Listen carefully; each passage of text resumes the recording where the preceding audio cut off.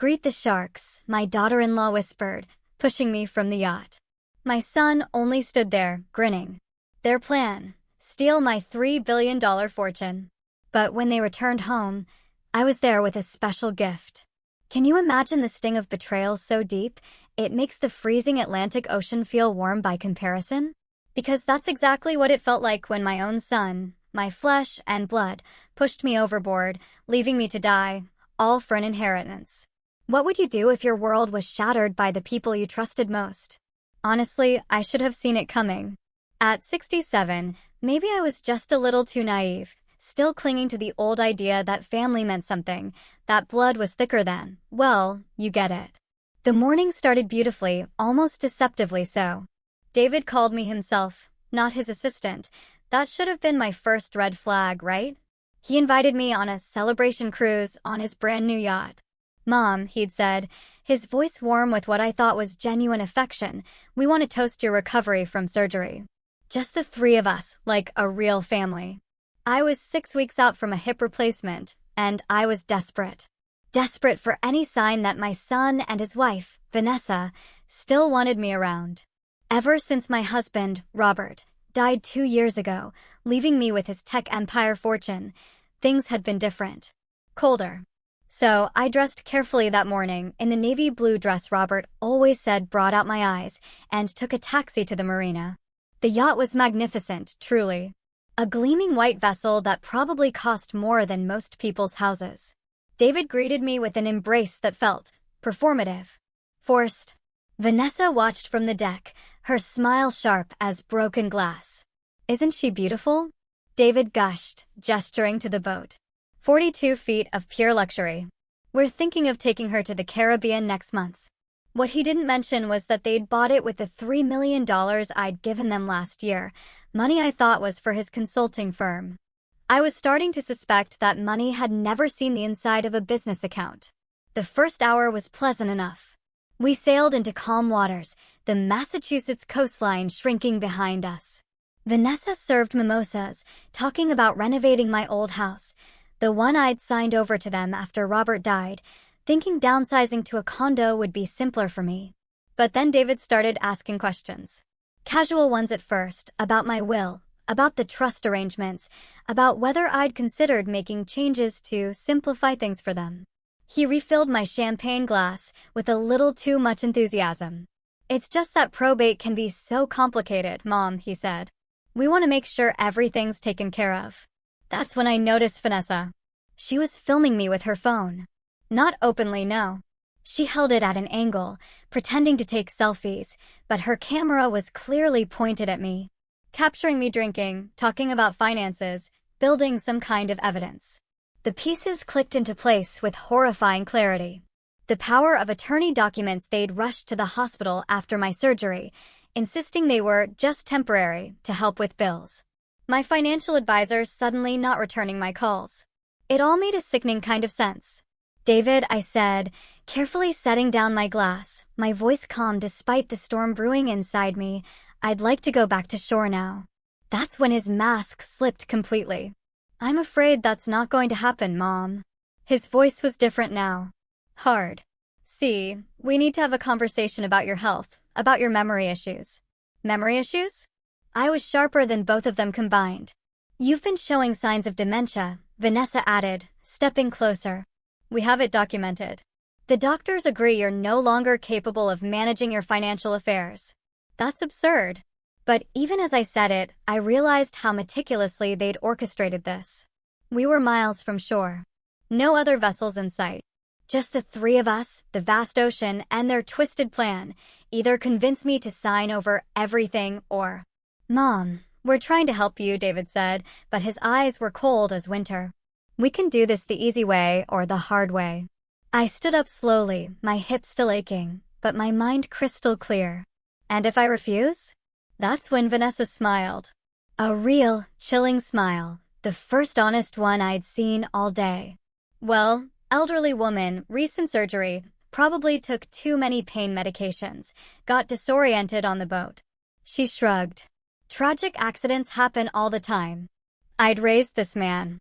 From diapers, taught him to ride a bike, paid for his college, his wedding, his house. And now he was standing there, nodding along while his wife threatened my life. "You're both insane if you think you'll get away with this." "Actually, Mom," David said, pulling out a folder of papers, "we've thought it through pretty carefully. Your signature here, transferring all assets to us immediately for your own protection, and we all go home happy." I looked at the documents, at my son's expectant face, at Vanessa's phone, still recording. Then I looked at the ocean.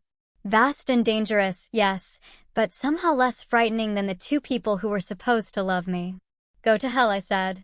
That's when Vanessa moved behind me and whispered those terrifying words about sharks. The push wasn't violent. They were too smart for that. Just a sudden, calculated shove when I was off balance, looking out at the water. Over I went, navy dress and all, into the cold Atlantic. As I hit the water, I heard David shouting, "Mom, oh God, Mom." But I also heard Vanessa's voice, lower, talking to someone on the phone. "Yes, we'll need you to file the emergency petition first thing Monday morning." She's clearly not confident, too. Then the water closed over my head, and I had bigger problems than their betrayal. I'm a strong swimmer. Robert and I used to do laps together every morning. But the cold shocked my system, and my clothes were dragging me down. I kicked off my shoes and broke the surface, gasping for air just in time to see the yacht speeding away.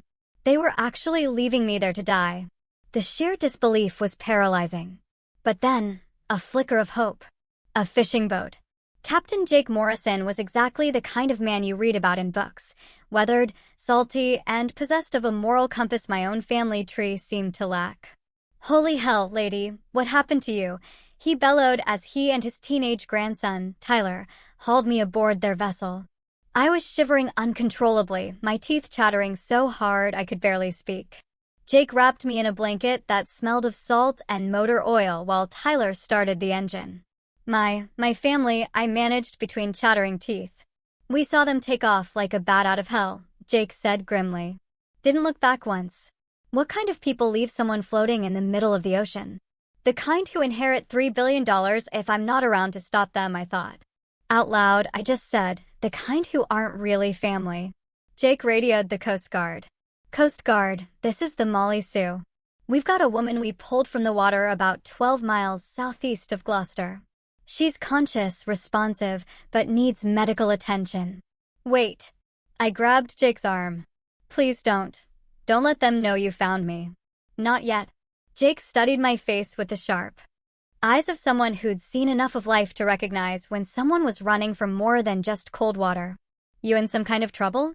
"Yes," I took a shaky breath, "but not the kind you're thinking. I need to get to shore without anyone knowing I survived. Can you help me?" Tyler looked at his grandfather uncertainly. "Grandpa, shouldn't we?" "Should and shouldn't are funny things," Jake said slowly. "Sometimes doing the right thing doesn't look like following the rules." He keyed the radio again. "Coast Guard, this is Molly Sue. False alarm on that rescue. Turned out to be debris in the water. All clear." As we headed toward a small, private dock, I told them everything. About David and Vanessa, the money, the documents. Jake listened without interruption, his expression growing darker with each detail. "So, they figured they'd rather be rich orphans than broke kids with a living mother," he said when I finished. "Apparently. So, what are you going to do?" That was the question, wasn't it? What was I going to do? As far as David and Vanessa knew, I was officially dead.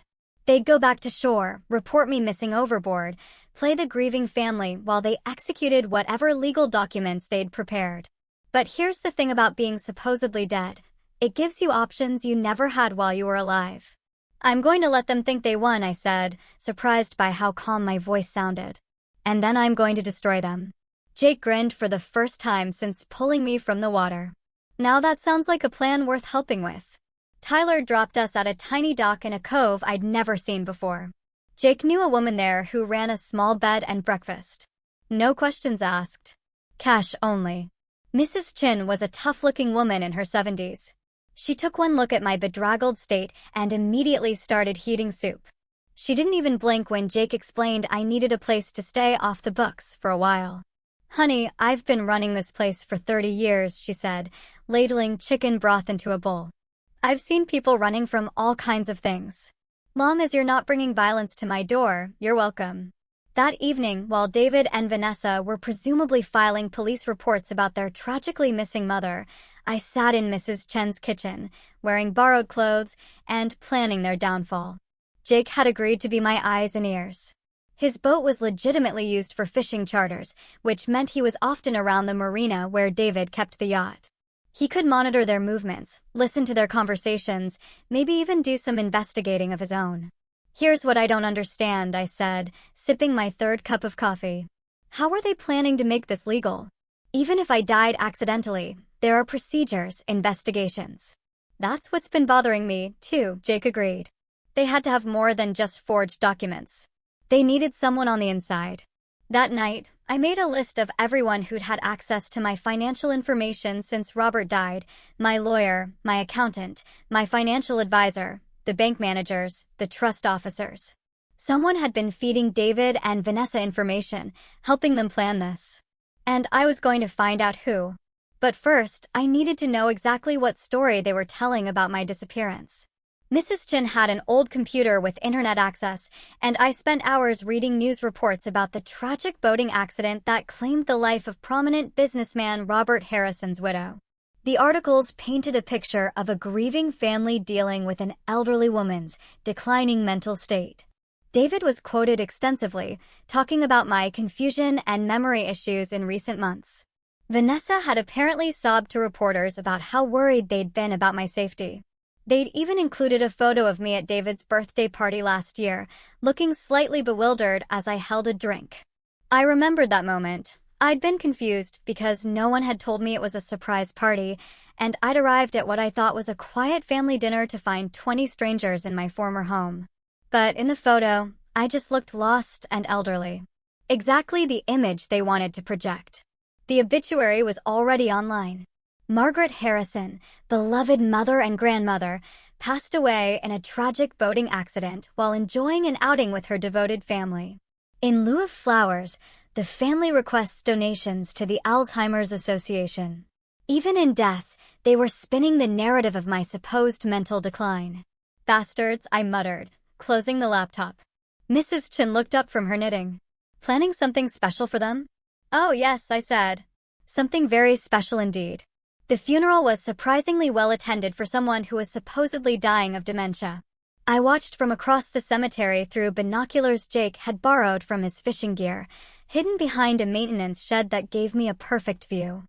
David had spared no expense: premium casket, empty, of course, elaborate flower arrangements, a professional program with my photo on the front.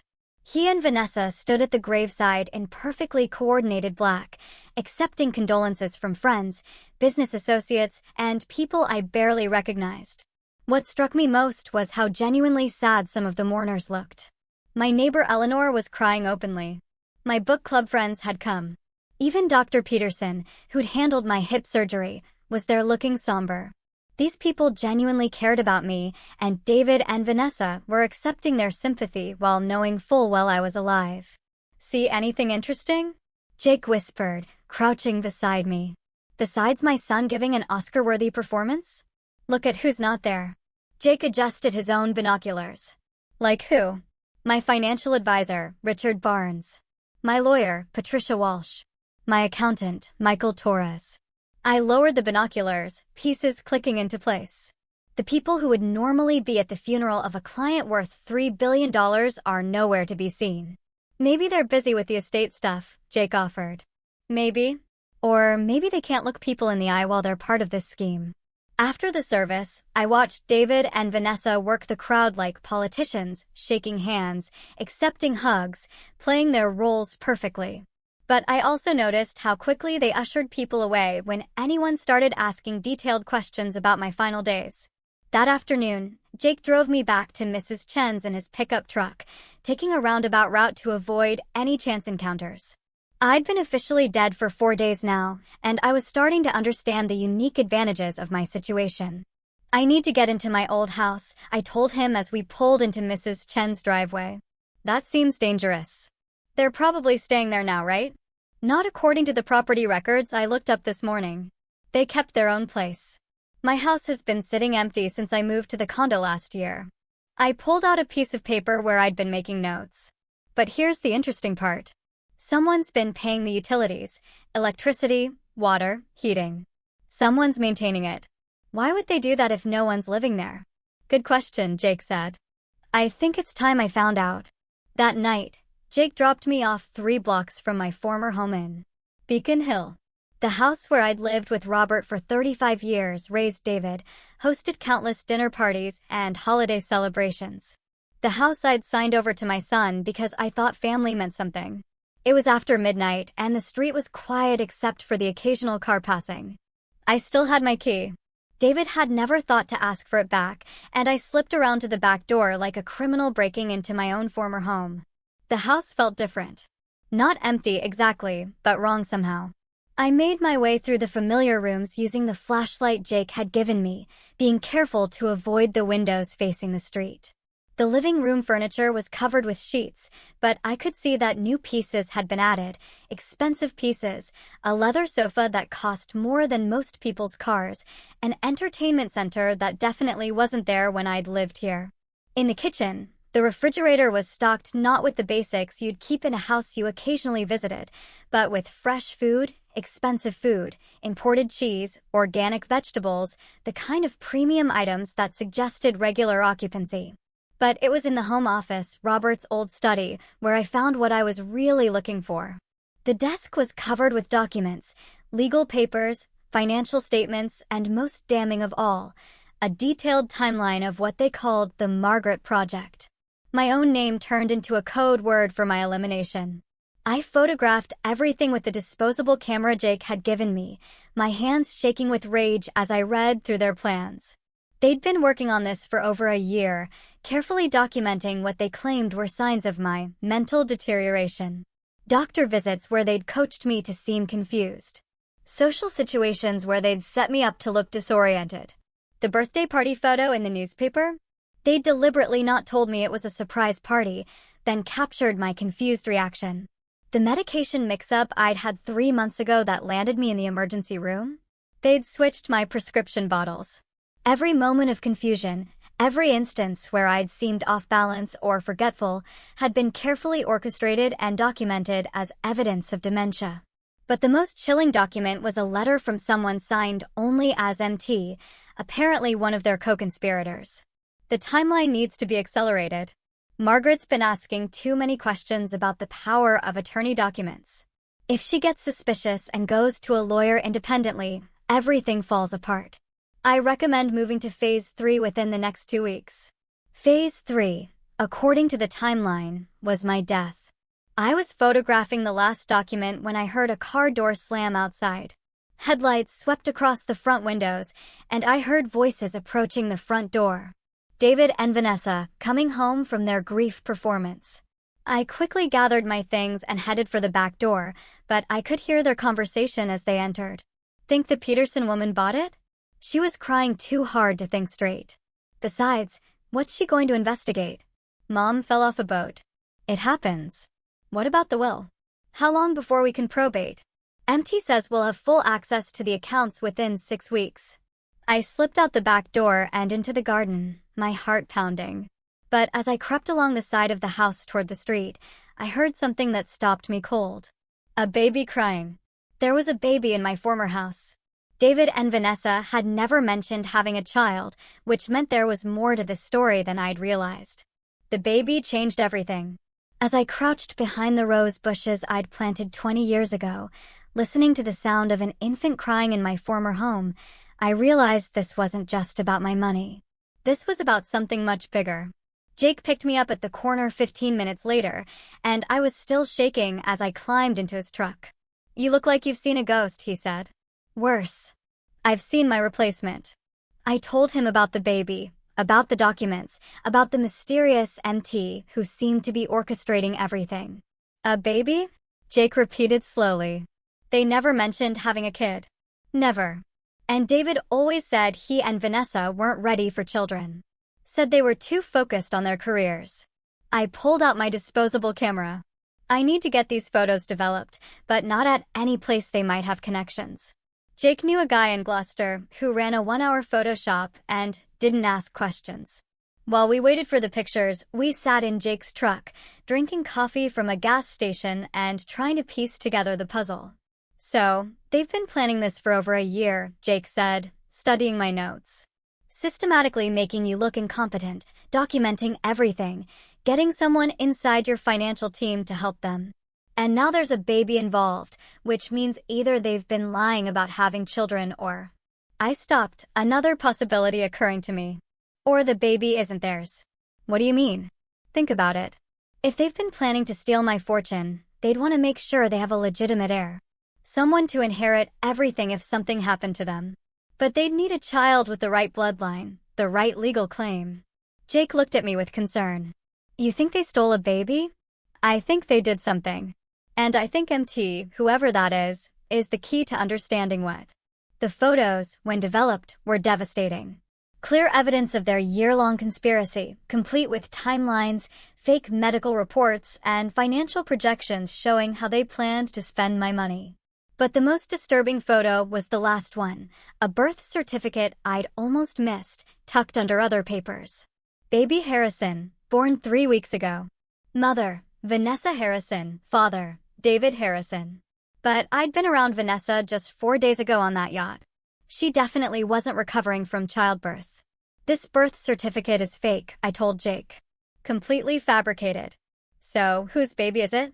That night, I couldn't sleep. I lay in Mrs. Chen's guest room, staring at the ceiling and thinking about everything I'd learned. My son and daughter-in-law had spent over a year systematically destroying my reputation, planning my murder, and forging documents to steal my fortune. And now they had a baby whose existence they were hiding from the world. The next morning, I made a decision that surprised even me. I'm going back, I told Jake over breakfast. But not to the house, he warned. I'm going to follow them. That's dangerous as hell, Margaret. If they see you. They won't, because as far as they know, I'm fish food. I spread out a local map on Mrs. Chen's kitchen table. Look, they have to take the baby somewhere during the day. Daycare, a babysitter, something. Babies don't just disappear for 8 hours while their parents play grieving family. Jake studied the map doubtfully. And what are you hoping to find? The truth about that baby and hopefully the identity of MT. Mrs. Chen, who'd been quietly listening while washing dishes, finally spoke up. There's a private investigator in town who owes me a favor. Professional, discreet, and very good at following people without being seen. I can't involve anyone else in this, I protested. Honey, Mrs. Chen said, drying her hands on a dish towel. You're way past being able to handle this alone. These people try to kill you. They're not going to hesitate to try again if they figure out you're alive. She was right, of course. But hiring a private investigator would require admitting to more people that I wasn't actually dead. It meant expanding the circle of people who knew my secret. What kind of favor does this investigator owe you? Mrs. Chin smiled mysteriously. The kind where my grandson didn't go to jail for something stupid he did when he was 22. PI named Danny Crawford. Former cop. Very reliable and excellent at making problems disappear. By noon, I was sitting in Danny Crawford's small office above a sandwich shop in downtown Gloucester, telling my story for the 3rd time in a week. Danny was about 50, with prematurely gray hair and the kind of alert eyes that missed nothing. So, you want me to follow your son and daughter-in-law? Find out about this mysterious baby and identify their co-conspirator, he summarized after I finished. That's right. And you're paying me with what? Because according to the newspapers, all your assets are frozen pending probate. I pulled out an envelope I'd prepared earlier. Cash. I had some emergency money hidden in a safety deposit box that David doesn't know about. Robert always insisted we keep liquid funds available for emergencies. Danny flipped through the bills enough to cover 2 weeks of surveillance and nodded. I'll need photos of the targets and any addresses where they might be staying. I gave him everything I had, including the photos from my break-in at the house. Danny studied them carefully, paying particular attention to the documents with the mysterious MT signature. This handwriting looks familiar, he said, pulling out a magnifying glass. Professional, but with some distinctive characteristics. Mind if I run this through some databases? Do whatever you need to do. One more thing, Danny said as I prepared to leave. If these people are as dangerous as you say, we need a safety protocol. You check in with me every 12 hours. If I don't hear from you, I take everything to the police. I agreed, though I hoped it wouldn't come to that. The less official involvement, the better. At least until I understood exactly what David and Vanessa had done. That afternoon, I went back to Mrs. Chen's and waited. And planned. Because now I had help. Real help. Professional help. And in less than 24 hours, I was going to know exactly who had tried to kill me and why. Danny Crawford was worth every penny I'd paid him. By the end of the second day, he had more information about David and Vanessa's activities than I'd learned in months of living with them. Your son's been very busy since you allegedly died, Danny said, spreading photographs across Mrs. Chen's kitchen table. Multiple meetings with lawyers, 2 visits to the bank, and 3 separate trips to a private medical facility outside Boston. Medical facility? Whitmore Reproductive Services. Very exclusive, very expensive, and very discreet. Danny pointed to a photo of David and Vanessa entering a modern glass building. They specialize in surrogacy arrangements for wealthy clients who want to maintain privacy.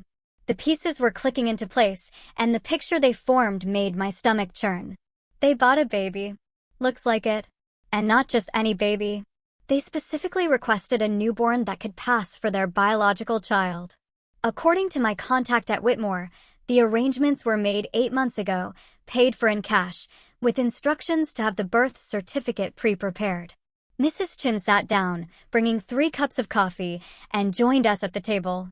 So, they planned your death, bought a baby to inherit your fortune, and had someone inside your financial team helping them. About that, Danny said, pulling out another photo. I think I found MT.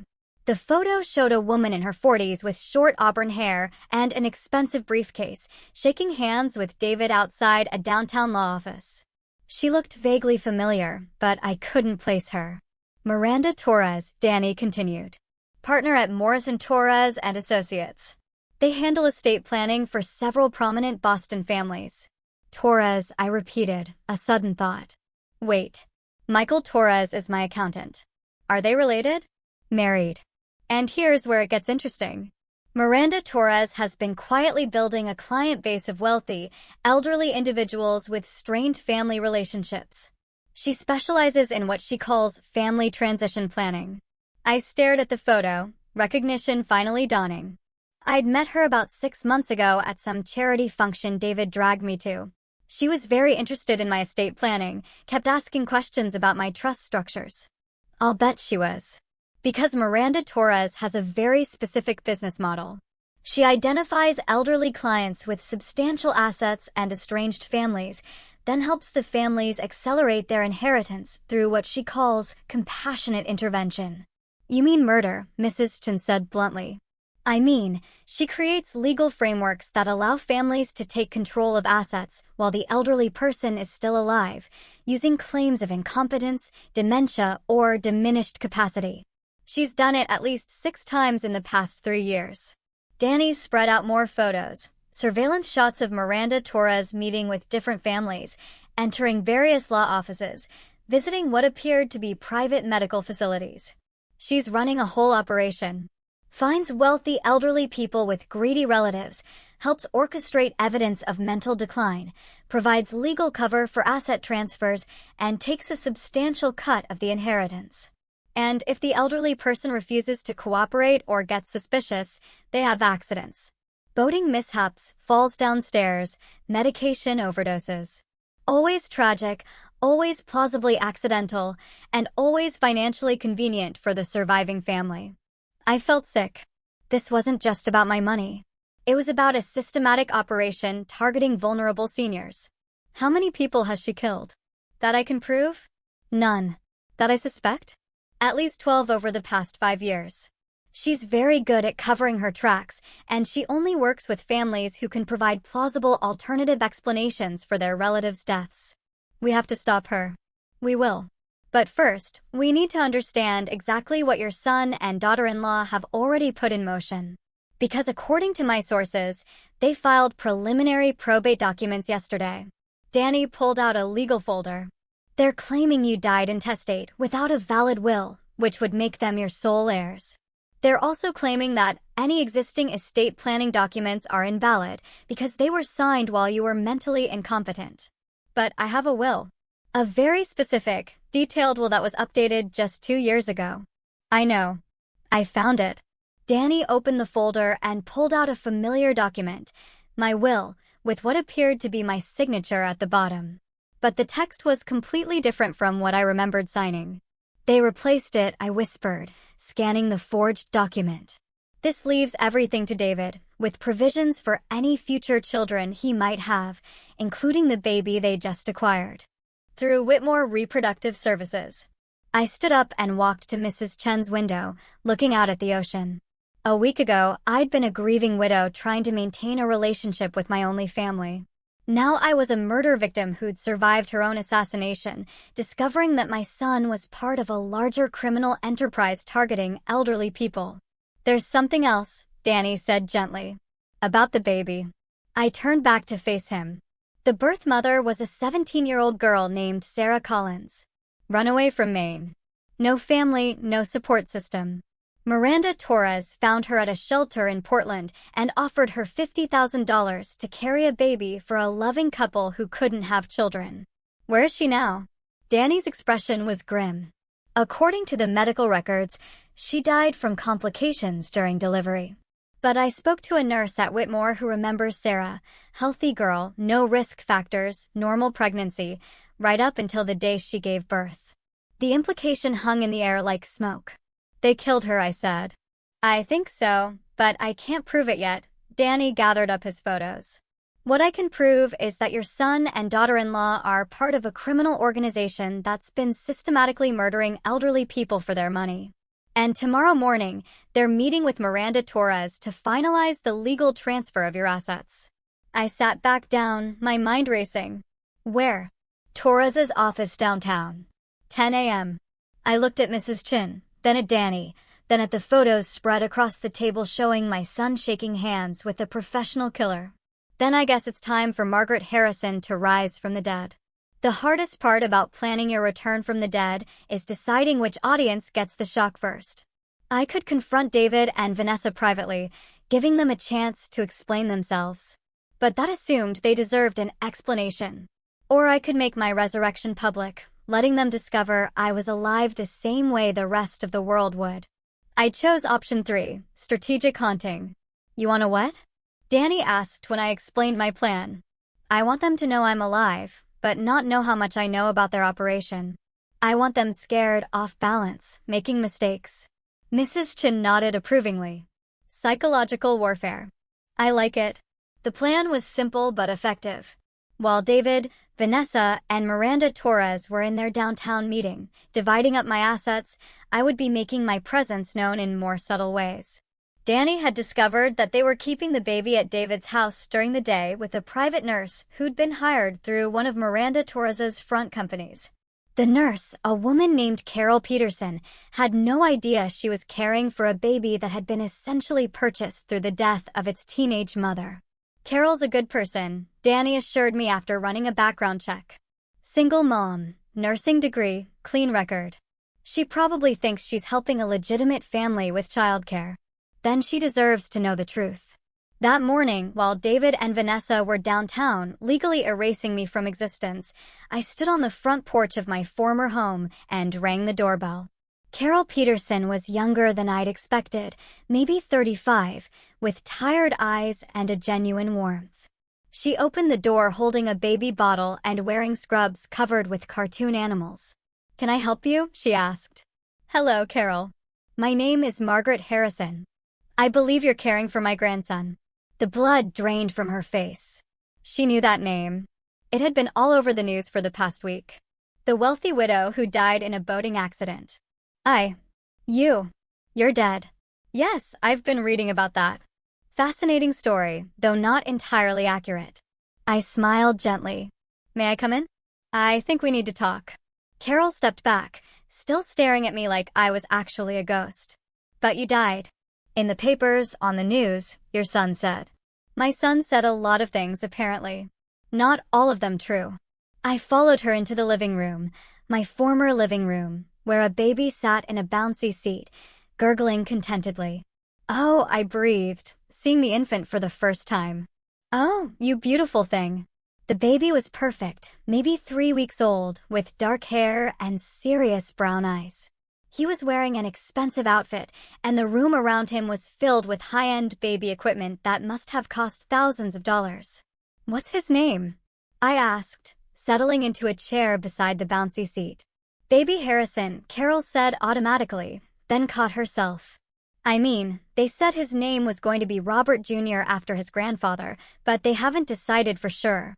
They haven't decided because they don't know him well enough to name him, I said softly. Because he's not really their baby, is he? Carol sat down heavily on the sofa. I don't understand what's happening. You're supposed to be dead. And David and Vanessa, they're supposed to be grieving parents who needed help with their newborn while they dealt with family matters. Carol, I need you to listen very carefully. This baby is not David and Vanessa's biological child. They purchased him through an illegal surrogacy arrangement that resulted in the death of his birth mother. And they attempted to murder me 6 days ago so they could steal my inheritance and raise this child as their heir. That's impossible. I pulled out the photos Danny had taken, the documents I'd copied from David's home office, the evidence of Miranda Torres's criminal operation. I showed Carol everything, watching her expression shift from disbelief to horror as the scope of the conspiracy became clear. The teenage girl who gave birth to this baby was named Sarah Collins, I said gently. She was 17 years old, with no family, no support system. They told her she was helping a loving couple who couldn't have children. She died during delivery under suspicious circumstances.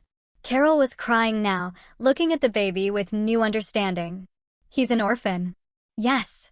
And if David and Vanessa get away with this, he'll grow up thinking they're his parents, never knowing his real mother died to give him life. What do you want me to do?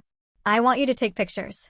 Document everything you can about how they treat him, what they've told you, who else has been involved. And then I want you to help me make sure this baby grows up knowing the truth about where he came from. Carol wiped her eyes and nodded. His real name should be Robert Sarah Harrison, after his grandfather and his birth mother. That's perfect.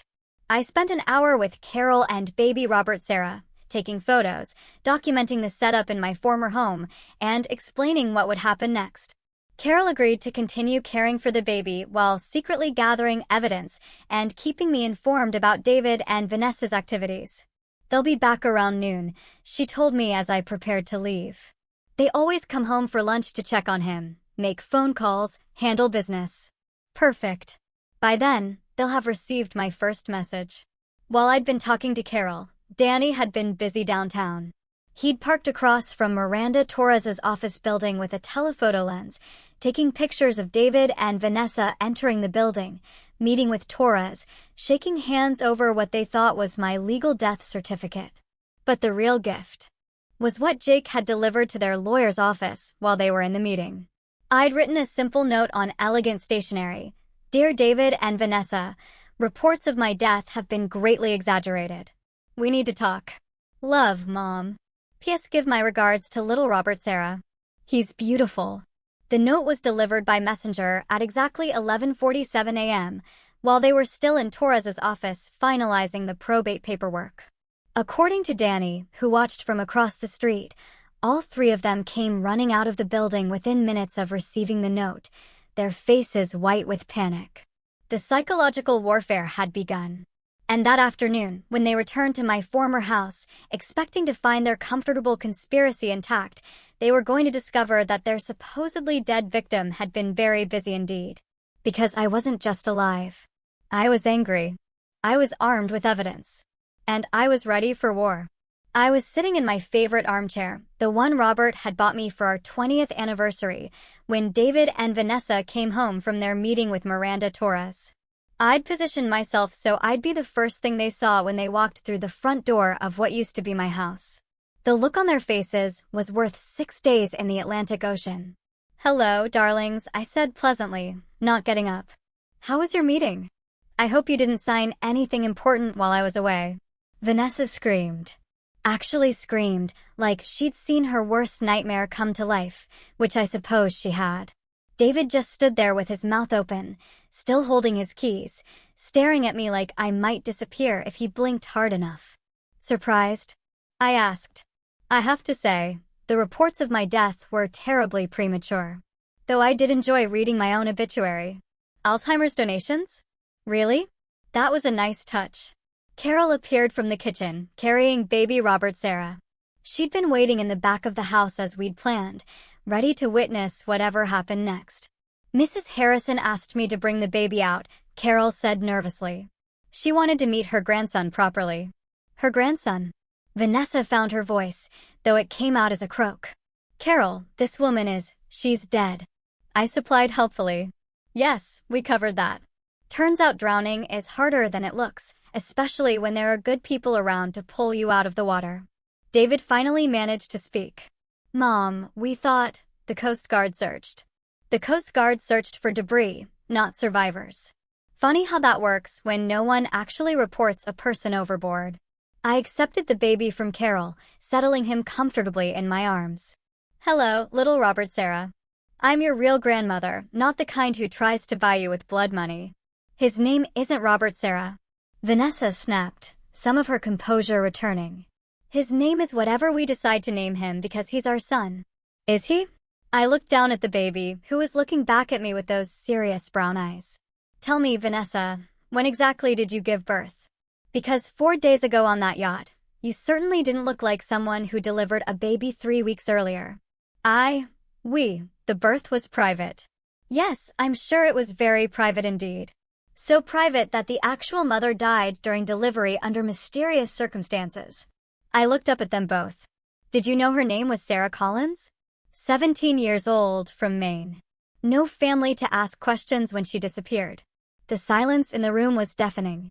Carol gasped, covering her mouth with her hand. That's impossible, David said, but his voice lacked conviction. We would never. Never what? I cut him off. Never conspire with Miranda Torres to run an illegal surrogacy operation? Never systematically poison an elderly woman's reputation to steal her fortune? Never push your own mother off a yacht and leave her for dead? I stood up slowly, still holding the baby. Which part exactly would you never do, David? Vanessa recovered first, her shock transforming into the cold calculation I'd seen on the yacht. Prove it. You can make all the accusations you want, but proving any of it is another matter entirely. Oh, darling, I said, smiling for the first time since they'd walked in. You really shouldn't have said that. Carol, would you mind taking Robert Sarah to his room for his nap? I asked, not taking my eyes off David and Vanessa.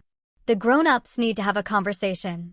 After Carol left with the baby, I walked over to the mantelpiece where David had displayed several family photos, none of which included me, I noticed.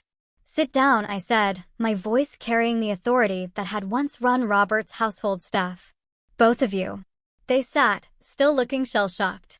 Let me tell you what I've been doing for the past week while you've been planning my funeral and dividing up my assets. I pulled out a manila folder from behind the chair cushion. I've been investigating.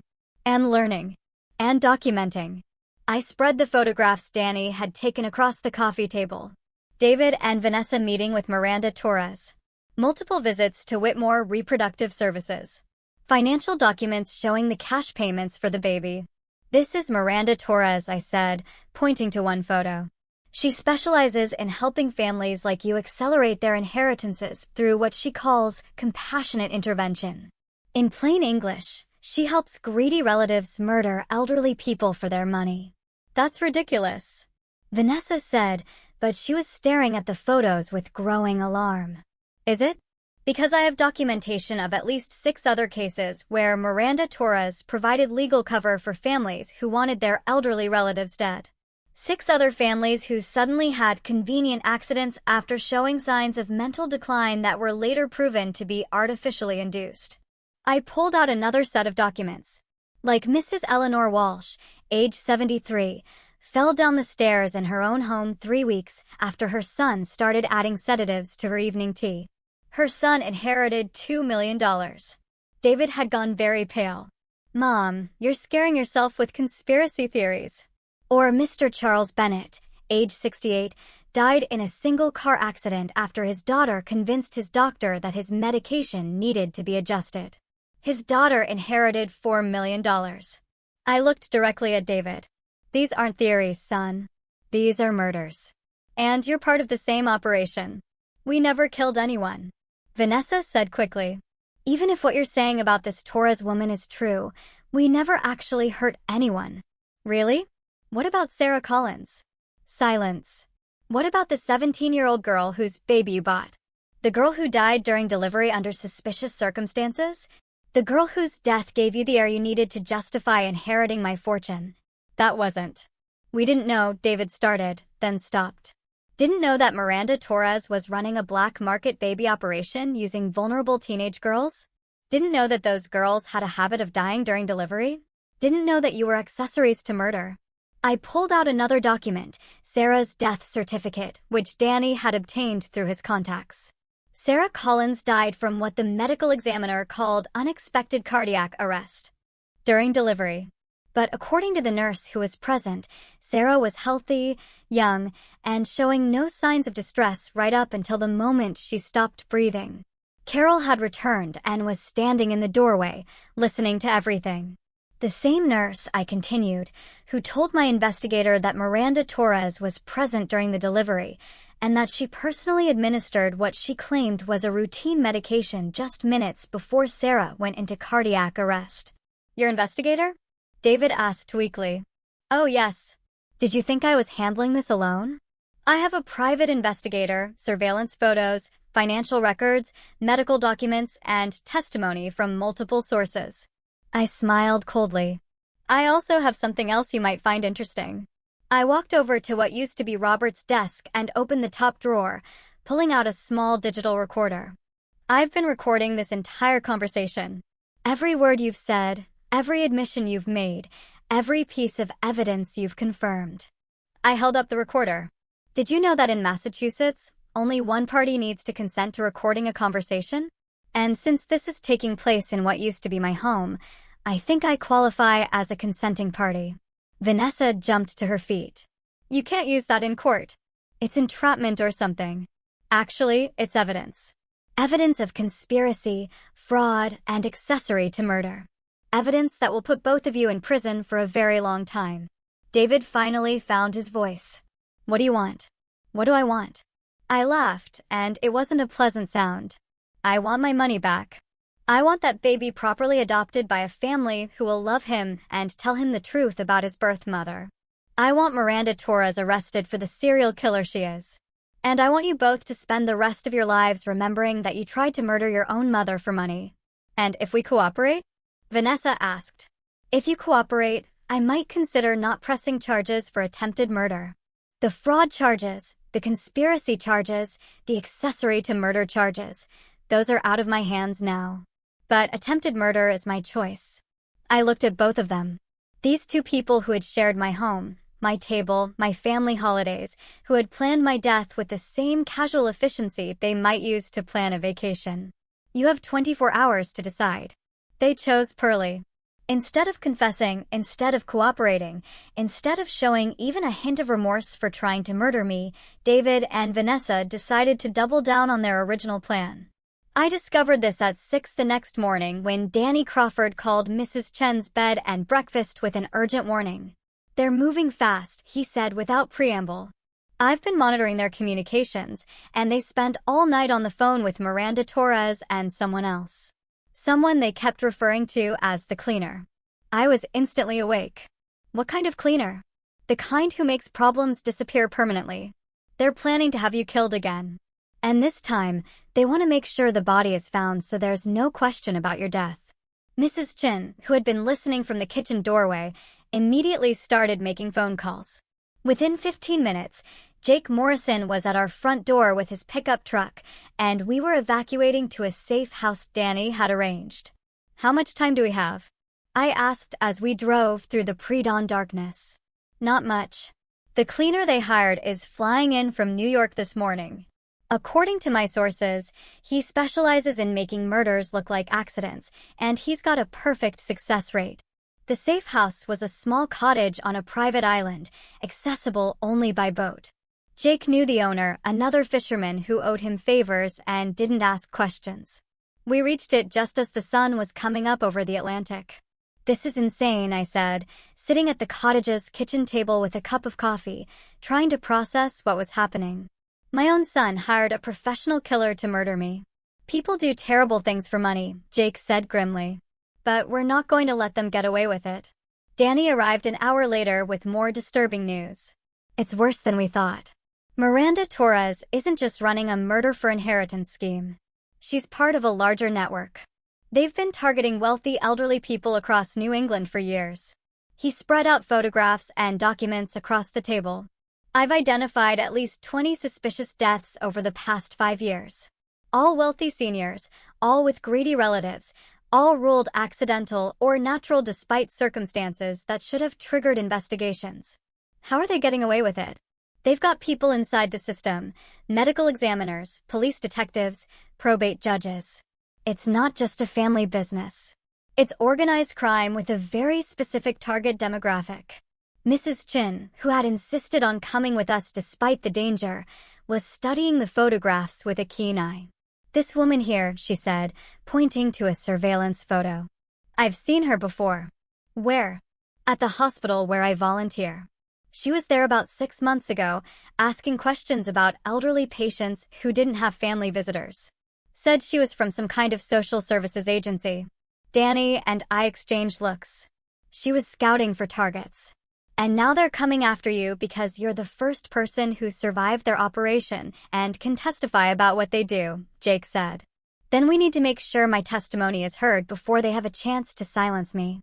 I spent the rest of that morning writing everything down, every detail of David and Vanessa's betrayal, every piece of evidence we'd gathered about Miranda Torres's operation, every name and date and transaction I could remember. If something happened to me, at least the truth would survive. But around noon, Danny's phone rang with news that changed everything. "They found the cleaner," he said after ending the call. "Dead in his hotel room. Single gunshot to the head. Professional execution." What does that mean? It means Miranda Torres is cleaning house. Anyone who can connect her to the murder network is being eliminated, including potentially your son and daughter-in-law. The thought of David being murdered should have terrified me. Instead, I felt a cold satisfaction that surprised me with its intensity. "Good," I said. "Let them find out what it feels like to be betrayed by someone they trusted." But Jake was shaking his head. "You don't understand, Margaret. If Torres is eliminating witnesses, that includes you. But it also includes that baby. An orphaned infant with no legal guardians is a loose end she can't afford." My blood ran cold. "Robert Sarah. She'll have him killed, too. Make it look like a tragic accident. Carbon monoxide leak. House fire. Something that eliminates the evidence along with the witness." I stood up so fast I knocked over my coffee cup. "We have to get him. It's too dangerous. They'll be watching your old house, waiting for you to show up. Then I guess I'll have to give them what they're waiting for." The plan was simple, which made it terrifying. I would surrender myself to David and Vanessa. Let them think they'd won, and trust that Danny and Jake would be in position to rescue both me and baby Robert Sarah when Miranda Torres showed up to clean house. "This is the stupidest plan I've ever heard," Mrs. Chen said as we prepared to return to the mainland. "It's the only way to save that baby," I replied, checking the hidden recording devices Danny had given me, and to get enough evidence to bring down Torres's entire operation. Danny had been monitoring communications all morning. Miranda Torres was driving up from New York, planning to arrive at my former house by evening. David and Vanessa had been told to have me there alive so Torres could question me about what I knew before arranging my final accident. "They think I'm going to trade my life for the babies," I told Jake as his boat approached the dock in Gloucester. "They have no idea I've been planning this for days." The recording devices were hidden throughout my former house, planted by Carol Peterson while David and Vanessa were out making their arrangements with Torres.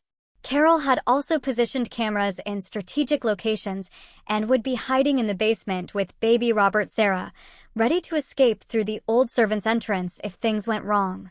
"You sure about this?" Jake asked as we reached the dock. I'm sure that if I don't do this, an innocent baby will die because of my son's greed. That's not something I can live with. I walked up to my former front door at exactly 6 o'clock. As arranged, David answered, looking haggard and frightened. "Mom," he said, and for just a moment, I heard my little boy in his voice.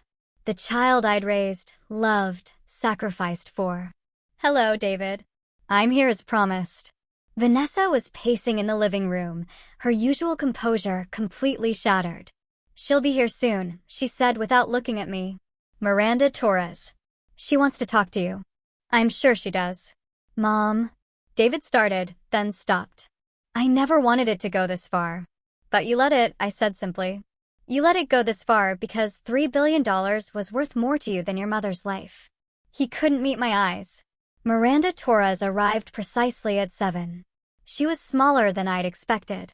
A neat, professional-looking woman who could have been anyone's accountant or lawyer, which I suppose she was.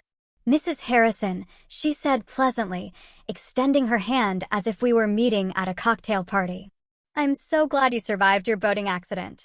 We have a great deal to discuss." "I'm sure we do." She sat across from me in what used to be my own living room, opened a leather portfolio, and began speaking as if we were negotiating a business contract. "You've caused quite a bit of trouble for my clients," she said. "David and Vanessa followed my instructions precisely, and yet here you are, very much alive and apparently well-informed about matters that don't concern you.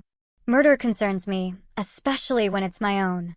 I prefer to think of what we do as estate planning acceleration, helping families access inheritances that would otherwise be tied up for years in lengthy probate proceedings."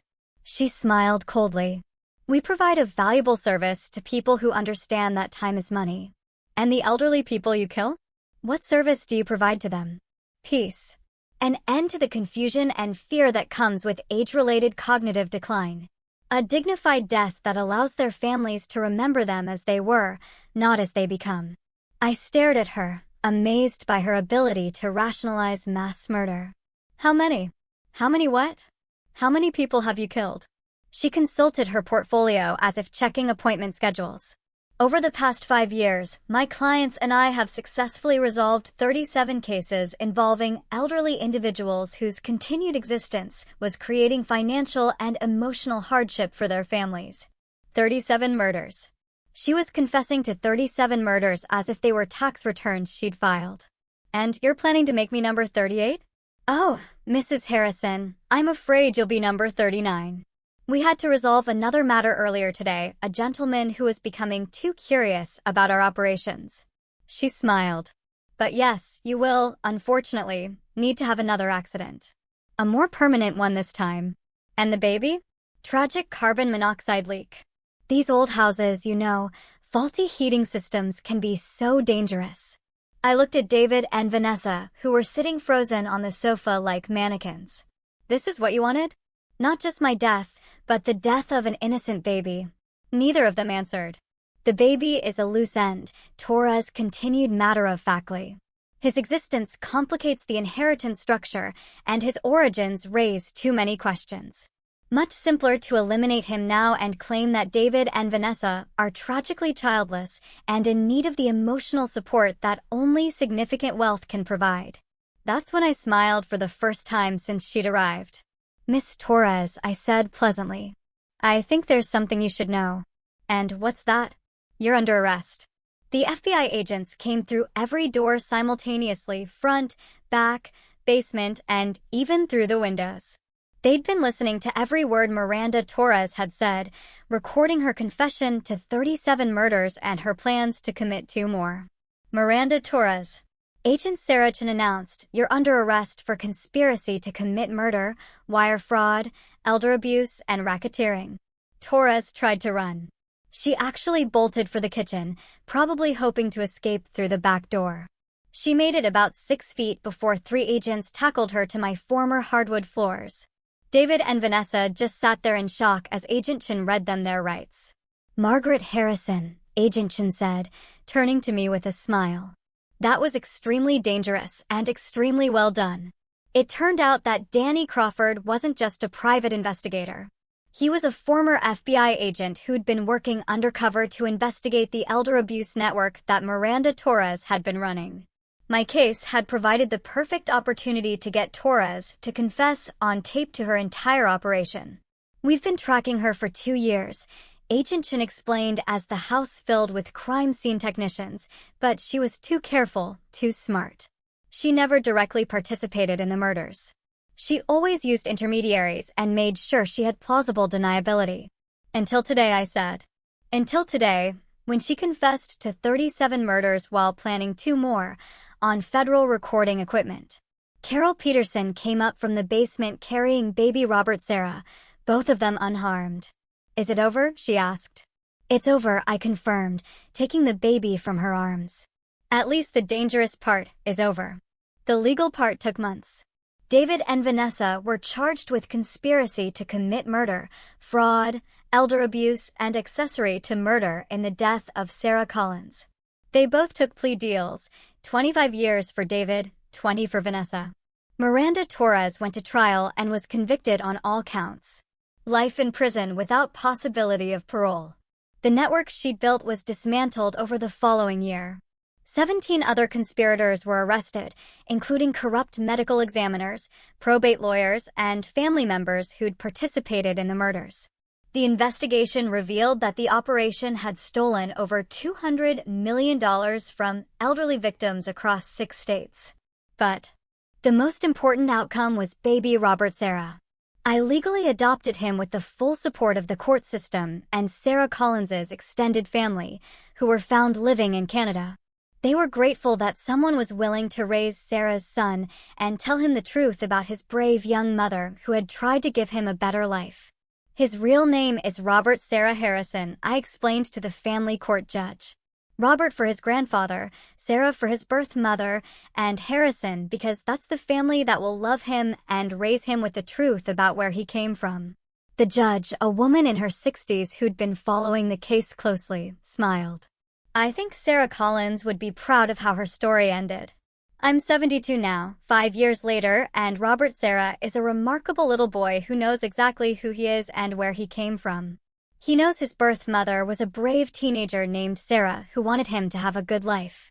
He knows his adoptive father and stepmother tried to use him in a scheme that cost Sarah her life. And he knows that sometimes the people who are supposed to love you the most are the ones you have to protect yourself from." Mrs. Chin still runs her bed and breakfast, though she's added a sideline as a consultant, helping other elderly people who suspect their families might not have their best interests at heart.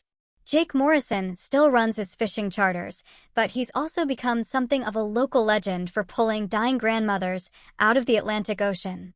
And Danny Crawford, Agent Crawford, still works for the FBI, but he sends me Christmas cards every year with photos of other elderly people whose lives he saved. As for David and Vanessa, they're still in prison. David writes me letters sometimes, trying to explain why he did what he did, asking for forgiveness, claiming he was manipulated by people smarter than him. I don't write back. Because here's what I learned during my week as a dead woman: family isn't about blood or obligation or inheritance. It's about showing up when someone needs you, protecting the vulnerable, and choosing love over greed every single day. Robert, Sarah, and I have that kind of family now. The kind where no one gets pushed off boats, no one steals trust funds, and no one has to die for someone else to get rich. It's a much better family than the one I was born into, and definitely better than the one I raised. Thanks for listening. What would you have done in my place when you realized your own family was plotting against you? Have you ever faced betrayal that shook you to your core? Tell me what you think. I really want to know.